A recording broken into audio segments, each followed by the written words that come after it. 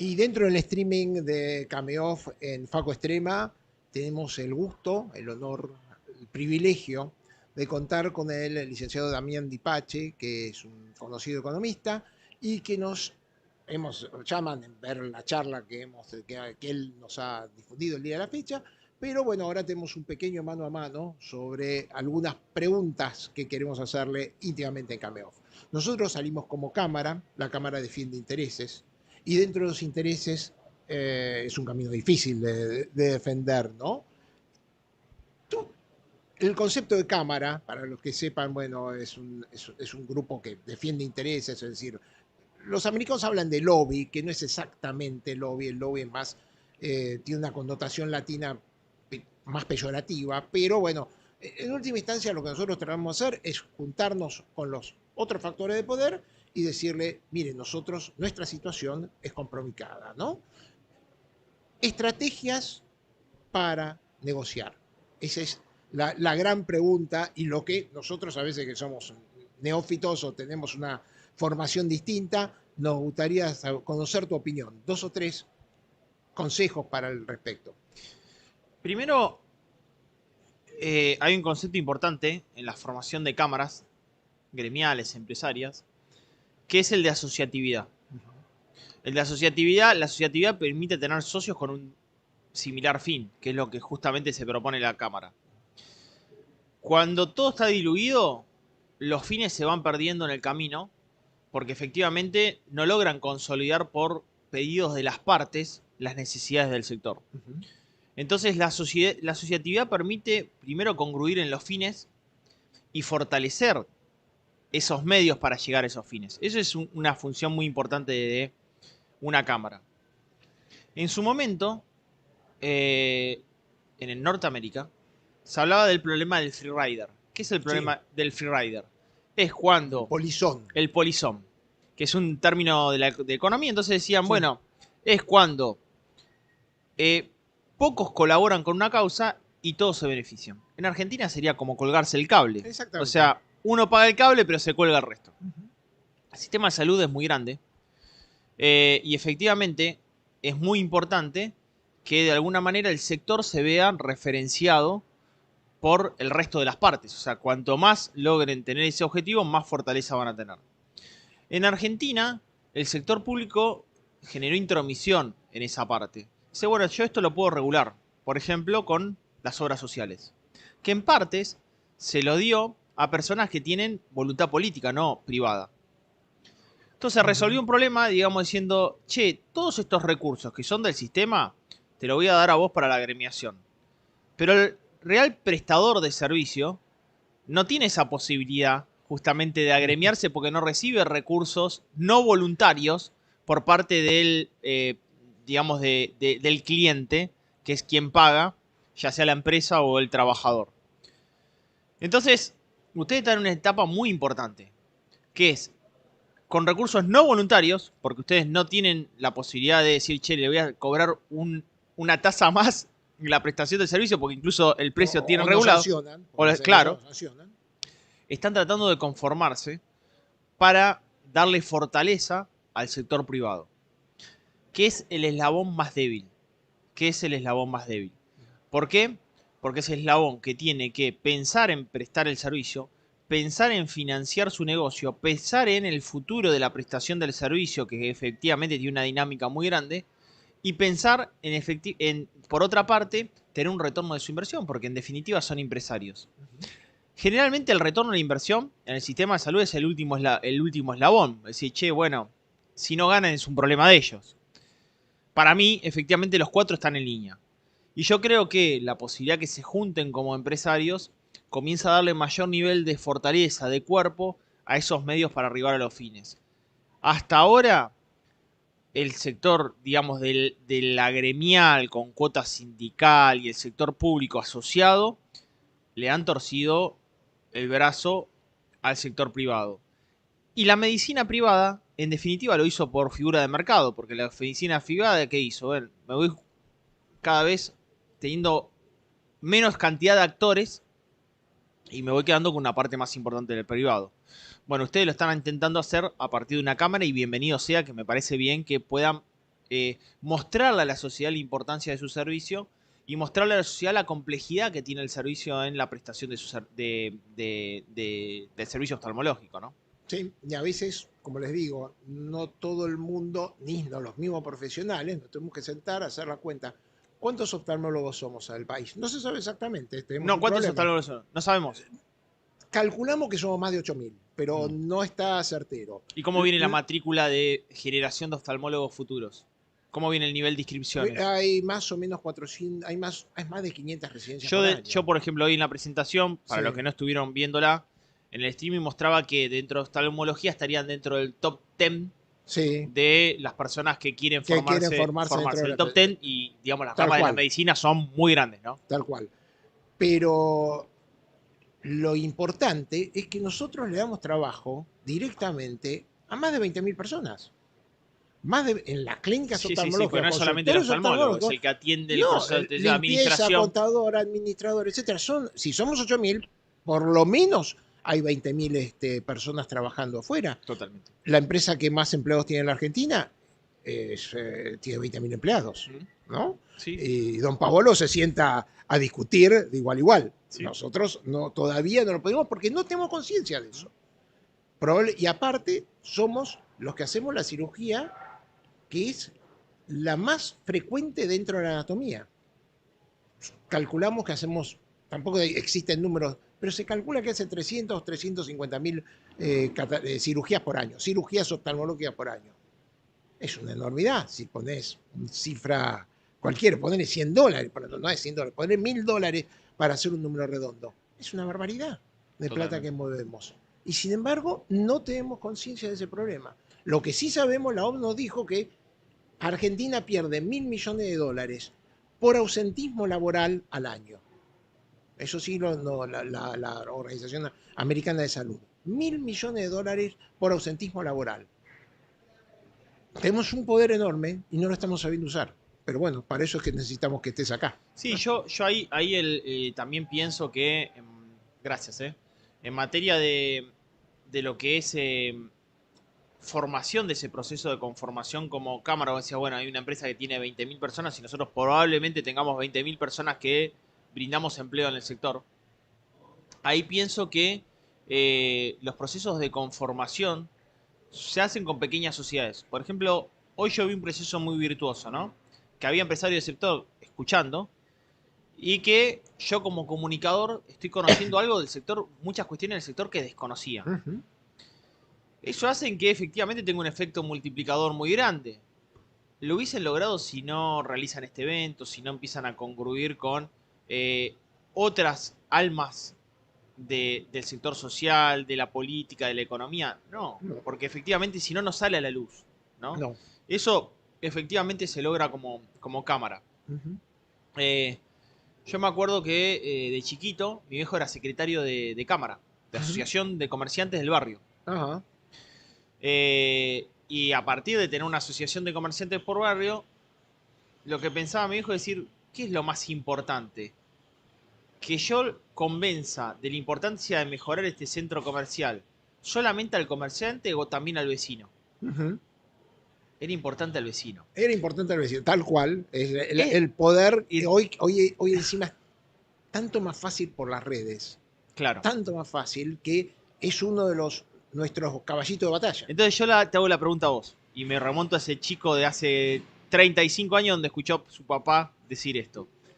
¿Qué es importante? ¿Que vos convenzas al sector político o convenzas al cliente?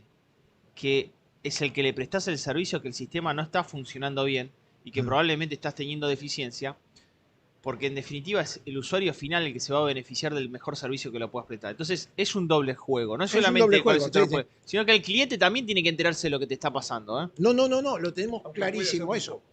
Aunque puede hacer muy poco. Sí, bueno. Yo recién contaba lo que me pasó a mí con mi otorrino de Naringolo, en el cual la obra social le debía un año.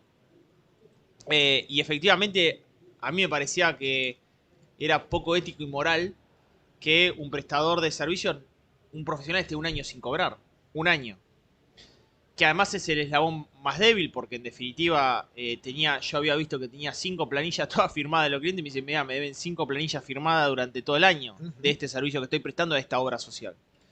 Entonces, yo en ese momento hablé con el gerente de la medicina prepaga y le terminaron pagando. Pero, claro, imagínate que tendrían que todos los clientes llamar a ese lugar. Ahora,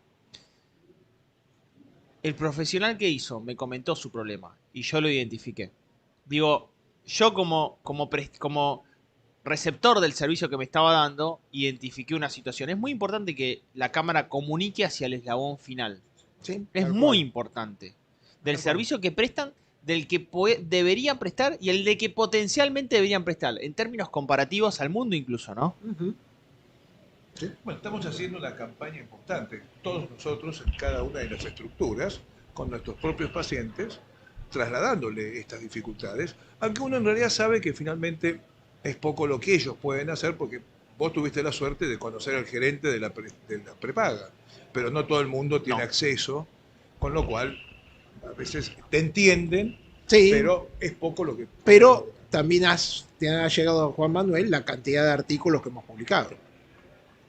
Y en los medios más importantes del Vieron que país. yo salí, por ejemplo, le mostré el caso de lo que Sí. está pasando en tema de la medicina profesional y cuántos matriculados hay, cuántos extranjeros vienen. Conté lo que me pasó con este extranjero que viene a estudiar como capital humano, se va y los que tenemos acá le pagamos poco. Bueno, eso también fue una nota que publicó La Nación que a mí me pareció muy importante.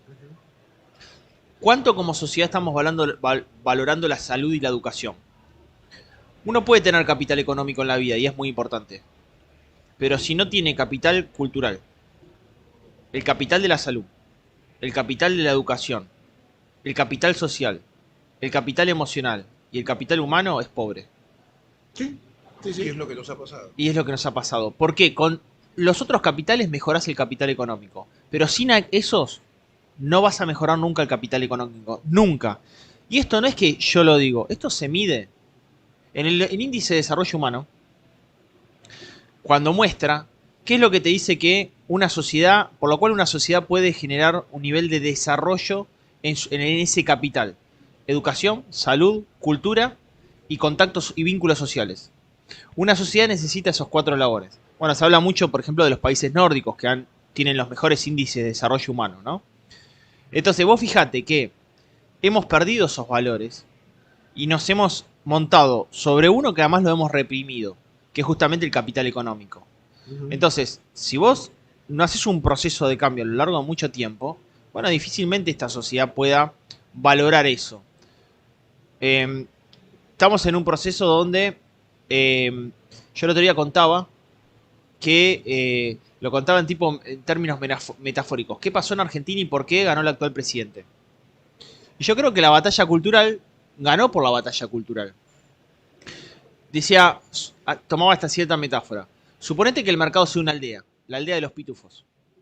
Hasta ahora, esa aldea se movía por papá pitufo, el sector público y el consumo público. Que se financió con impuestos, que se financió con deuda externa, que se financió con deuda local y terminó con emisión monetaria. Los pitufos se volvieron locos en la aldea. Y vino un muchacho que te dijo, no, no es papá pitufo. Esto es Gargamel, es malo. Y ahora reversiona ese proceso y dice, no, para mí el sector privado es el que efectivamente invierte, produce, presta un servicio, contrata profesionales y en definitiva eso hace que mejore el ingreso de la población a lo largo del tiempo. Bueno, estamos en la primera etapa La primera etapa. Sí. y yo no sé si la sociedad y la clase política está convencida de este concepto. Yo te diría que no. Te diría que no. Te diría que no. Todavía no. Te diría que no. Solamente ganó para decir, bueno, salgamos de esto. Después vemos. Y a mí me parece que independientemente si sos libertario, si sos Cambiemos, si sos kirchnerista, si sos peronista, este concepto no puede fallar porque los países que lograron desarrollo humano lo hicieron con salud y educación adentro.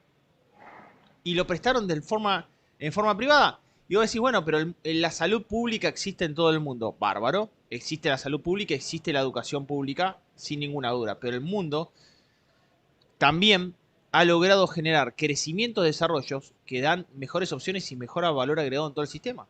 A mí, yo soy un emergente de la educación pública. Yo estudié en la UBA. Y producto de esa palanca, pude después estudiar en una universidad privada y hacer una maestría, hacer un doctorado, etcétera. Y si no, probablemente no podría haber también agregado valor, ¿no? No, el problema que vemos en el tema de salud es la intermediación grosera. Fíjate vos, la noticia de esta semana es que la Superintendencia de Seguro de Salud va a eliminar a 180 de las 650 prepagas, que es decir, que eran sellos de goma, que gastaban, no sé, ponerle 10 millones de pesos por mes, una secretaria, esto que lo otro, se van 10 millones de pesos por mes por 180. Es decir, ese es uno de los grandes problemas. El grande problema, la obra social de peones de campo, que antes se llamaba Izara, bueno, ahora tiene otro nombre, debe 5.000 millones de pesos. El año pasado debía 25, 2.500, ahora debe 5.000 millones de pesos. La intervinieron. Y es la tercera obra social. ¿Vos dijiste que eran sellos de goma? Sí. Bueno, vos no lo podés decir, yo sí lo puedo decir. Sí. No eran sellos de goma, eran sellos políticos. Bueno, eran cajas ok. políticas, yo lo puedo decir, vos no. Sí. ¿Por qué? Porque iba un tipo y decía, che, mira, yo quiero hacer el sindicato de juegos infantiles en parques públicos. Seguro, sí. Entonces, dale, hermano. Y entonces a todo lo que se metían en el tobogán le cobraban. Sí. A partir de ahí se empezaba a cobrar a todo lo que bajaban por el tobogán. Y eso, ¿qué hacía? Que ese sello terminara financiando una caja política. No eran sellos de goma. Sí. Eran Buena sellos expresión, sí. cautivo por la Cautivo. política. No, y, no. y el sistema durante mucho tiempo financió la política de esa forma. Y por eso la política decía, sí, aprobar, personería jurídica, apruébese. Personería jurídica, apruébese la asociación de los agremiados en los toboganes de las plazas públicas. Y esto que te digo, que No, parece no. una locura, ha pasado cosas así. No. Basta leer la lista de obras sociales. Basta leer la lista de obras sociales. Fabricantes de botones, tienen que tener. Hay ocho obras sociales para petroleros. 8 distintas. No se pueden poner de acuerdo y poner una sola. Eso ha Con una pasado estructura. en el sistema No, de está prestación. pasando. Está pasando en el sistema de prestación de la salud y ha pasado también en el sector del empresario privado. Cuento otra anécdota real. Voy a dar una conferencia a Mar del Plata y voy al puerto de Mar del Plata. Me para un empresario pesquero que tiene un barco. Me dice, Dipache, ¿usted sabe con cuántos sindicatos yo salgo a pescar todos los días? No, ni idea, le digo. Con 14. Sindicato de capitán de barco, sindicato de empleado de barco, sindicato de el hielo, sindicato del guinchero, sindicato del apuntador del guinchero, sindicato de comercio, sindicato de transporte. 14 sindicatos dentro del banco. Y si uno dice que no, no sale el bar. Obvio. 14 sindicatos. Ahora, los chinos, después de la milla 200, pescan más que todos los barcos argentinos. Pero ¿qué empresario va a invertir en el sector pesquero con 14 sindicatos adentro? ¿Me entendés? Sí, tal cual. Lo mismo efectivamente pasa con el sistema de la salud. Lo han mal administrado, mal financiado con esto de los sellos de boga, porque no estaban financiando los intereses de la salud, estaban financiando intereses políticos. Sí, espurios, por eso. Y los 14 tipos que están ahí adentro no están financiando al empleado. Porque me ha pasado en otro sindicato, ejemplo del sector lácteo, que son los que le piden al empresario pero bloquean la empresa. Me ha pasado dentro de ese sector que le pidan al empresario, pero cuando llega el día del niño, de aquello que le pidieron al empresario, lo vuelven a llamar, che, ¿tenés juguete? Porque le tengo que dar a los chicos. Pero flaco, si yo estoy aportando, el aporte está todos los meses. No, pero además eso, y si no te bloquean la empresa. Entonces, los fines de todo ese sistema no ha sido ni para mejorar al trabajador, ni para financiar el sistema de la salud, ni para financiar nada.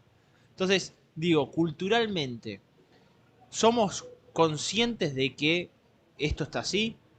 Creo que hay una sociedad en la base que no es consciente todavía, pero peor aún, hay una sociedad política que no solamente no es consciente, sino que oculta los intereses creados en forma subalterna por encima de los fines que debería tener ese tipo de entidades, ¿no?